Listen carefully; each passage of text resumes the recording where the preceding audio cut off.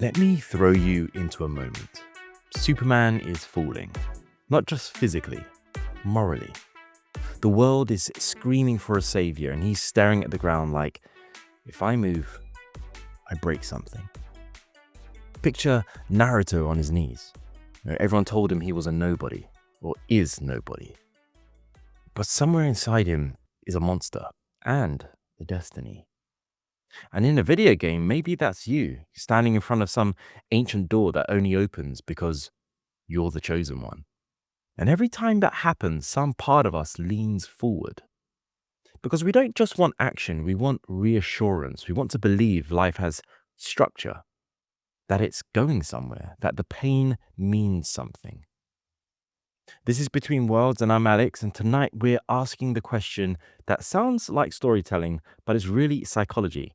Why do humans crave fate? Why do we keep inventing prophecies, chosen ones, destiny lines? And what does that say about us? So just a quick note, this episode isn't me claiming that fate is provably real. It's me exploring why humans keep, reaching for it, across religions, myths, comics, anime, movies, and games. We can still, respect faith and spiritual frameworks and still ask these curious questions about these stories that shape the human mind. All right, so an honest question. Have you ever watched a scene where a character learns they're chosen and you felt a weird mix of hype and relief? Like, oh, so it wasn't random all along. There's a reason this is happening. Well, that feeling is not childish. It's deeply human because randomness is terrifying. The universe doesn't owe us a plot, but our minds hate living in a story with no meaning. What's the moment in your life that felt like a turning point, like it was meant to happen, even if you don't believe in fate? Notice how natural the language is. We say everything happens for a reason, or it was meant to be. I was destined to, insert whatever. We talk like we're characters sometimes, and that's the point. So let's get scientific for a second. Our brain is basically a meaning machine, right? It takes chaos and tries to compress it into a story, a narrative. Because stories do something the real world doesn't. They turn suffering into structure. This is something that I spoke about on an earlier episode of this podcast. If pain is random, it's just pain. If pain is part of a narrative, it becomes training, it becomes transformation. It becomes, this is the part where I level up, which is why anime, especially shonen, hits like therapy for a lot of us. Because in anime, struggle isn't meaningless, it's the path. Long before Spider-Man got bitten, we had prophecy. Greek myth is full of it. Oedipus, is told a prophecy that he would kill his father and marry his mother. Okay? And his whole life becomes this tragic attempt to avoid the thing that he can't avoid, which is basically the ancient version of you can't outrun our canon event. In Norse myth, the gods know Ragnarok, is coming. They still fight, not because they can win, but because meaning is what you do in the face of the inevitable, and that's kind of heavy. That's the blueprint, because destiny stories usually do one of two things. They either comfort us, like there's a plan, or they challenge us, even if there is a plan, what will you do with it? So let's kind of talk about the chosen ones. So writers love them, audience, we eat it up. But why? Because I think being chosen is the fantasy that our life isn't ordinary, that our suffering isn't wasted, that somebody, God, the universe, destiny, the force, the narrative saw you and went, yeah, that one. Now, look at a variety of chosen ones, Harry Potter, marked by the villain, protected by love. You could look at Luke Skywalker, his lineage, prophecy vibes, the force. Neo is literally the one, and Naruto, the outcast who secretly carries this monstrous power and inherited this legacy. You even look at Bleach with Ichigo, why am I everything? The chosen one package kind of thing. He can pretty much be anything he wants in the anime at this point. But, a superhero chosenness is often disguised. Spider-Man isn't chosen by prophecy, he's chosen by accident.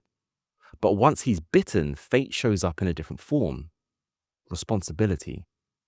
And with great power, you know the rest. That line is destiny, not cosmic destiny, but a moral destiny.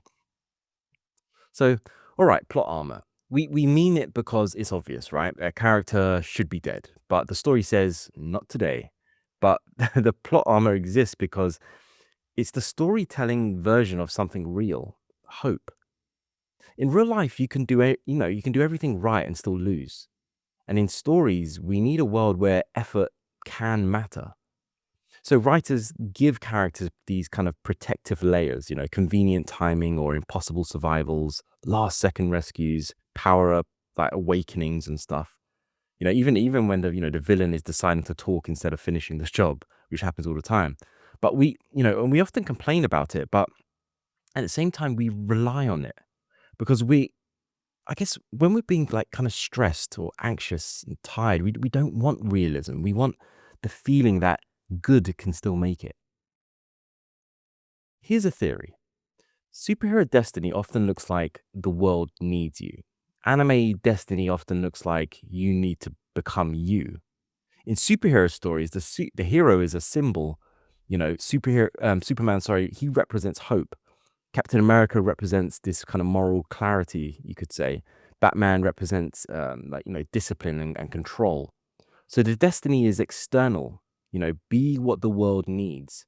In anime, destiny is often internal. So Naruto again, he needs to transform loneliness into belonging. And Deku from My Hero Academia, he needs to grow into the meaning of what a hero is. Tanjiro from, Demon Slayer needs to keep his humanity while staring into horror. So the prophecy isn't always save the world, it's survive becoming yourself. And that's why anime can feel very personal, to me anyway. And here's where it gets even more real. The reason Destiny stories never die is because they dramatize our oldest internal argument. Am I free or am I shaped?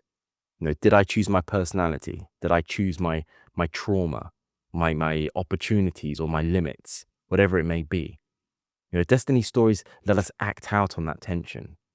If we look at Star Wars, we look at Anakin. He's the chosen one, and he becomes the monster. So was the prophecy worth if that's the case? Or take Eren from Attack on Titan, a character who looks like he's making choices, but the story is constantly asking, are you choosing or are you being pushed? You know, where in your life do you feel like you choose, and where do you feel like you were shaped? Destiny, is comforting, but it can also be dangerous because if you believe everything is written, you stop writing. Some stories warn us about that. Epidus trapped by prophecy. Macbeth tricked by prophecy. Even in anime and comics, a prophecy can be a manipulation tool. A villain can manufacture destiny almost. A system can say, you are this. And if you accept it too early, you become the character somebody else wrote. That's why the best destiny stories always leave one door open. Choice. So when we look back at the most iconic destiny moments, they're usually not about power. They're about identity. Spider-Man choosing responsibility. Superman, he's choosing restraint. Captain America choosing principle over approval. Naruto choosing to forgive the world that rejected him. Deku can, choosing to run towards the danger even when he's scared. Destiny becomes a decision where you make again and again. It's not a magic label. So I know this is a thought investigation, but here's kind of my conclusion, my current hypothesis.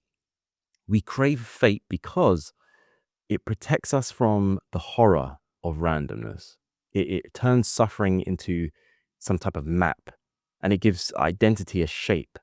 It creates the fantasy that the universe notices us. And storytelling is where we rehearse being human. We watch chosen ones and think, maybe I'm not chosen, but maybe I'm not meaningless either. If your life had an arc, what chapter are you in right now.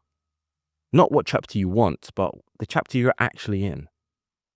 Well, thanks for listening. This was a short one, but an interesting one, not to say the least. If this episode landed for you, please follow and subscribe on Spotify, Apple Podcasts, and on YouTube. And the next episode, we're going somewhere darker and weirder. Hauntings, mimics, and the fear of being watched.